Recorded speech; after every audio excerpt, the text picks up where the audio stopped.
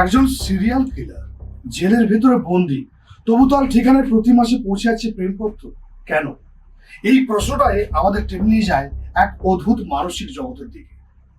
এই গল্পটা মূলত চার্লস সোবরাজকে নিয়ে, যাকে বিশ্ব চেনে বিকিনি কিলার নামে। তিনি ছিলেন এমন এক অপরাধী যার অপরাধ যেমন শীতল ও পরিকল্পিত, তেমনি তার ব্যক্তিত্ব ছিল অস্বস্তিকরভাবে আকর্ষণীয়। 1970-এর দশকে দক্ষিণ পূর্ব এশিয়ার ব্যাকপ্যাকার ট্রেলে তিনি পর্যটকদের সঙ্গে বন্ধুত্ব করতেন, তাদের আস্থা অর্জন করতেন এবং বিষ প্রয়োগ করে প্রতারণা এবং খুন করতেন। এই সব কিছু করতেন অবিশ্বাস্য ঠান্ডা মাথায়। অবশেষে গ্রেপ্তার হয়ে তিনি দীর্ঘ সময় কাটান দিল্লির কুখ্যাত তিহার জেলে।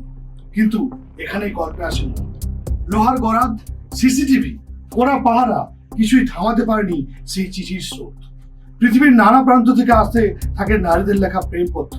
কেউ বলছেন তিনি নির্দোষ, কেউ বিশ্বাস করছেন মিডিয়া তাকে ভুলভাবে খারাপ বানিয়েছে, আবার কেউ সরাসরি জানাচ্ছেন আমি আপনাকে ভালোবাসি।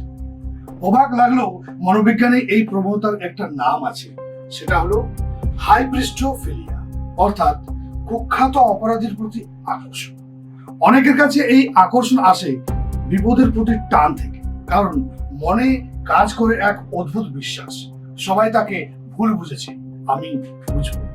আবার কারো কাছে এমন অপরাধী যেন এক রহস্যময় অ্যান্টি হিরো, যার অন্ধকার অতীতকে ভালোবাসা দিয়ে বদলে দেওয়া যায়। চার্লস সোবরাজ এই মনস্তত্ত্বকে বুঝতেন এবং হয়তো ব্যবহারও করতেন।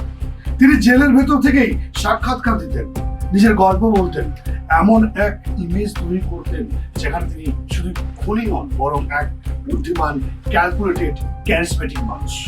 এমনকি তিনি জেলেই বিয়ে করেন এক নেপালি তরুণীকে, যিনি তার থেকে বহু বছর ছোট। ভাবুন তো, যার বিরুদ্ধে একাধিক হত্যার অভিযোগ প্রমাণিত, সেই মানুষটির সঙ্গে কেউ জীবন কাটানোর শপথ দিচ্ছে। এই ঘটনাগুলো আমাদের সামনে তুলে ধরে এক অস্বস্তিকর সত্য।